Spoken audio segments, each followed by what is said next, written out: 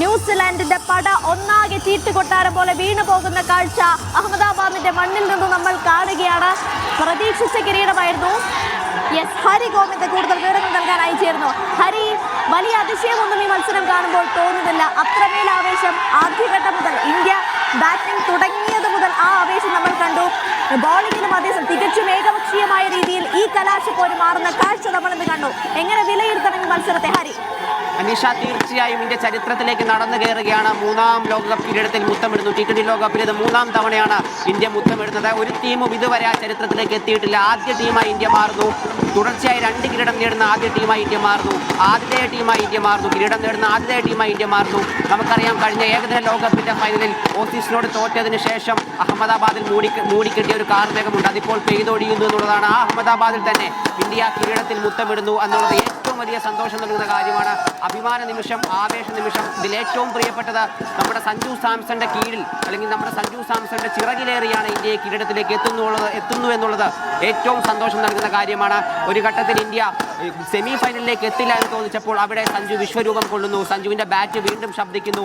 West ഇൻഡീസിനെതിരെ ഒരു തകർപ്പൻ 97 റൺസിന്റെ തകർപ്പൻ ഇന്നിംഗ്സോടുകൂടി സഞ്ജു ഇന്ത്യൻ ടീമിനെ സെമി ഫൈനലിലേക്ക് എത്തിക്കുന്നു. അതിനുശേഷം സെമി ഫൈനലിൽ വീണ്ടും ദക്ഷിണാഫ്രിക്കയ്ക്കെതിരെ സഞ്ജുവിന്റെ ഭാഗത്ത് ഒരു ഗംഭീര പ്രകടനം ഉണ്ടാകുന്നു. ഇപ്പോൾ ഇന്ന് ഫൈനലിലും സഞ്ജു നമ്മളെ കിരീടത്തിലേക്ക് നയിക്കുകയാണ്. സഞ്ജു തുടങ്ങി വെച്ച വെടിക്കെട്ടിന് അഭിഷേക് ശർമ്മയും ഇഷാൻ കിഷനും ശിവം ദുബെയും ഒക്കെ ഏറ്റുപിടിച്ച തിരികൊളുത്തിയപ്പോൾ ഇന്ത്യ വീണ്ടും ലോകകപ്പ് കിരീടത്തിൽ മുത്തമിടുകയാണ്. നമുക്ക് ഓരോ താരങ്ങളെ കുറിച്ചും എടുത്തു പറയേണ്ടതുണ്ട്. ഹാർദിക് പാണ്ഡ്യ നമ്മൾ ഈ നിമിഷം ഓർക്കുന്നു. അനിവാര്യമായ ഘടകമായിരുന്നു ഹാർദിക് പാണ്ഡ്യ ഈ ടീമിൽ നിന്നുള്ളത്. അനിവാര്യമായ നിമിഷങ്ങളിൽ ഹാർദിക് പാണ്ഡ്യയുടെ ഭാഗത്തുനിന്നുള്ള പ്രകടനം നമ്മൾ എടുത്തു പറയുന്നു. ശിവം ദുബെനെ നമ്മൾ ഈ സമയത്ത് എടുത്തു പറയേണ്ടതുണ്ട്. ശിവം ദുബെ ഈ ടൂർണമെന്റിലുടനീളം ഗംഭീര പ്രകടനമാണ് ഇന്ത്യക്കായി പുറത്തെടുത്തിട്ടുള്ളത്. തിലക് വർമ്മയുടെ കാര്യം എടുത്തു പറയണം. അദ്ദേഹത്തിന്റെ ക്യാമിയോ ഇന്നിംഗ്സുകൾ പലപ്പോഴും ഇന്ത്യയെ വലിയ സ്കോറുകളിലേക്ക് എത്തിക്കാൻ സഹായിച്ചിട്ടുണ്ട്. മുന്നിൽ നിന്ന് നയിച്ച സൂര്യകുമാർ യാദവിനെ നമ്മൾ എടുത്തു പറയണം. നമ്മൾ ഏറ്റവും അധികം കടപ്പെട്ടിരിക്കുന്നത് ജസ്പ്രീത് ബുംറയോടാണ്. ജസ്പ്രീത് ബുംറ എന്ന് പറയുന്നത് ഒരു ജനറേഷണൽ ബൗളറാണ്.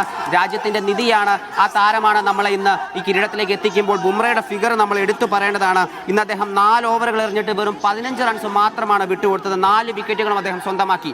കഴിഞ്ഞ ലോകകപ്പ് കിരീടത്തിലെ ഫൈനലിലും ഗംഭീര പ്രകടനം ബുംറയുടെ ഭാഗത്തുനിന്നുണ്ടാവുന്നു. ഈ കുറിയും അത് ബുംറ തുടരുന്നു എന്നുള്ളതാണ്. നമ്മൾ നേരത്തെ സൂചിപ്പിച്ചതുപോലെ തന്നെ കിരീടം നമുക്ക് അകലെയാകുന്നു എന്ന് തോന്നുമ്പോൾ ആ കിരീടത്തിലേക്ക് നടക്കാനുള്ള ഒരു ഒറ്റവരി പാതയാണ് ജസ്പ്രീത് ബുംറ. അത്രയും ഗംഭീര പ്രകടനമാണ് ബുംറയുടെ ഭാഗത്ത് നിന്ന് ഈ ടൂർണമെന്റ് ഉണ്ടായിട്ടുള്ളത്. നമുക്കറിയാം, ഈ ടൂർണമെന്റിൽ നമ്മൾ തുടങ്ങുമ്പോൾ അത്ര ഒരു മികച്ച ടീമായല്ല നമ്മൾ തുടങ്ങുന്നത്. അമേരിക്കക്കെതിരെയൊക്കെ നമ്മുടെ ബാറ്റിംഗ് തകരുന്നത് നമ്മൾ കണ്ടു. പിന്നെ ഓരോ മത്സരങ്ങളിലും നമ്മൾ ഓരോ താരങ്ങളെ ഡിപ്പെൻഡ് ചെയ്താണ് ഈ ഇത്രയും മത്സരങ്ങളിലേക്ക് എത്തിയത്. എന്നാൽ ഈ ഫൈനലിലേക്ക് എത്തുമ്പോൾ ഇന്ത്യൻ ടീം ആ ഒരു സമ്പൂർണ്ണതയിലേക്ക് എത്തുകയാണ്. അവർ